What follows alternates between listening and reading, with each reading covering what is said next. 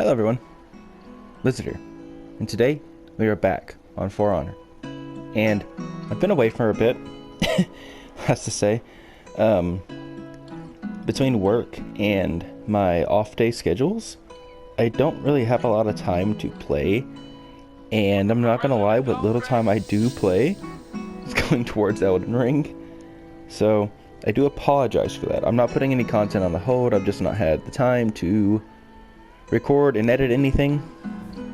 With that in mind, there is something that I have been wanting to talk about for a minute, and today is the perfect day for me to do it because I have the time, and it's not going to be much. As you can see, this is kind of a smaller video, but there's something For Honor has done that has me worried for the future of For Honor.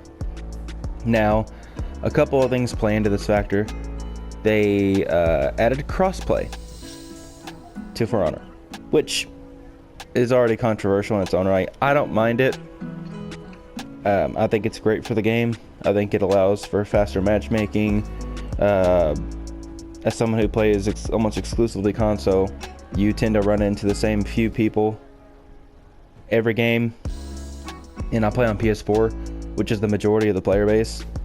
So that's how far For Honor's player base has fallen, is when you can pick out people you've played before in a public lobby. So them adding crossplay is very, very great. I know PC players are ecstatic about it, and you can make the arguments that, oh well, I shouldn't have to go up against somebody who has 160 frames per second when I'm stuck at 30 frames per second on a PS4 or Xbox One. It's like, two things to say about that. I play on PS4, and while it is aggravating when someone can react better than you, for the most part, this game is still prediction based. If you know what you're doing and you know character matchups, you're gonna be fine. The stuff that they're reacting to is probably stuff that anybody can react to anyways. Frame really doesn't matter that much. I'm not saying it doesn't, but it doesn't matter as much as people are making it out to. Secondly, if you don't like the idea of having to fight PC players or Xbox players and you just want to play a PS4 like For Honor used to be, then there's this handy little thing where if you go to the game menu, you go over to options, there's a online settings. You can turn it off. You don't have to play crossplay. If you just want to play PS4 and wait 15 minutes for a deathmatch order, or for a deathmatch queue, or 10 minutes for a breach queue, or 5 minutes for a Dominion queue, that's fine. You can do that. Or you can keep it on. You can get almost immediately queued for a majority of the game modes. Deathmatch excluded because people just still don't play that. But, I mean, say what you will, I have no trouble connecting faster to Dominion, to breach, to duels and brawls. All that is quicker now. And yeah, so the other thing that's been bothering me is the fact that we know we're losing a player base. So that means that For Honor is not making the money that it used to make, which means people aren't buying steel packs as much as they used to, which was their main way of making money. And without money coming into the game, it's all going to suffer, whether that be devs, art team, whatever. And that being said, I have a little bit of a problem with something they've done recently. As you can see on the right, it says new hero skin. And if we go over to Warden and we look, then you can now purchase a hero skin customization for 25,000 steel. And say what you want, the character looks great.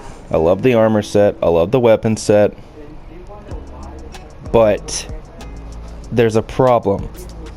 I'm worried that this is the direction they're going to be moving towards in, because people aren't wanting to buy outfits, people aren't wanting to buy materials, people aren't wanting to do anything like that. The most expensive illustrious outfit is 20,000 still.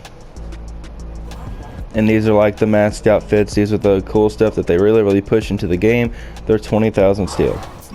A hero skin is 25,000 steel. It's a whole 5,000 steel more, which in hindsight isn't that much steel difference. But when you take into effect that the store offers you the ability to buy 25,000 steel immediately for 20 bucks, it really is not as cookie cutter as it seems. They're wanting you to pay $20 for this new skin so they can get money for the art team and the game devs and all this. It's just, I mean, they need it. For Honor is not a free-to-play game, obviously, but it takes no prescription to play this game. So their way of making money, if they're not selling copies, is people buying steel packs. And while you could make the argument, oh, well, you can just grind up the steel it takes to get the hero. Yes, but that's probably not what they're going for. Like, I'm not a game developer, I'm not anything like that. But why would they make an outfit in an entirely new character, basically, but then also offer you, I don't know, armor variants for free of this armor? Like, we're never going to get those armor pieces defaultly for Warden. We just won't. And I'd love to be proved wrong. I don't think I'm going to be proved wrong. But I feel like they're moving more towards, oh, here's a $20 skin you can buy. And they're going to be using that, and their art team in the direction moving forward is going to be building skins and not giving us armor to grind for, weapons to grind for. Not saying we're not going to get event stuff. They always do event stuff.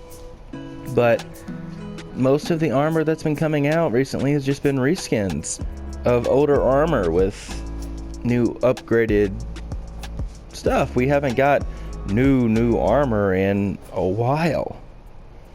See, the Chimera Tyro is just an upgraded version. Sangoshu is just an upgraded version of a previous armor. And I'm pretty sure if we go and look, gotta find it, the Horkos is an upgraded version. I think they released a new one that's just an upgrade. Yeah, Hansen is just an updated version. Like, we've not gotten new armor in a very long time. So I feel like their art team is moving more towards creating new skins for people to push money to buy, while giving us re-adaptions of older armor for people who don't want the skins. And that has me worried, because For Honor's never been one to push the idea of forcing you to pay for things when it comes to hero customization. It's always been one of my favorite things about For Honor, is the freedom to customize as you want. And yeah, so that being said, while I think the new hero skin is cool, Lord Ramiel is a cool character story-wise, I'm not going to be buying it, because I do not support the change to hero skins in the form of For Honor moving forward. But yeah, that's all I really wanted to talk about today, guys. Be sure to hit that like button if you agree with me. Comment down below if you disagree or agree. We can have a discussion if you want. But yeah, that's all I really have for the moment. Be sure to like, subscribe, ring that bell so you're notified whenever I upload. Thank you for watching. I'll see you all next time. Bye-bye.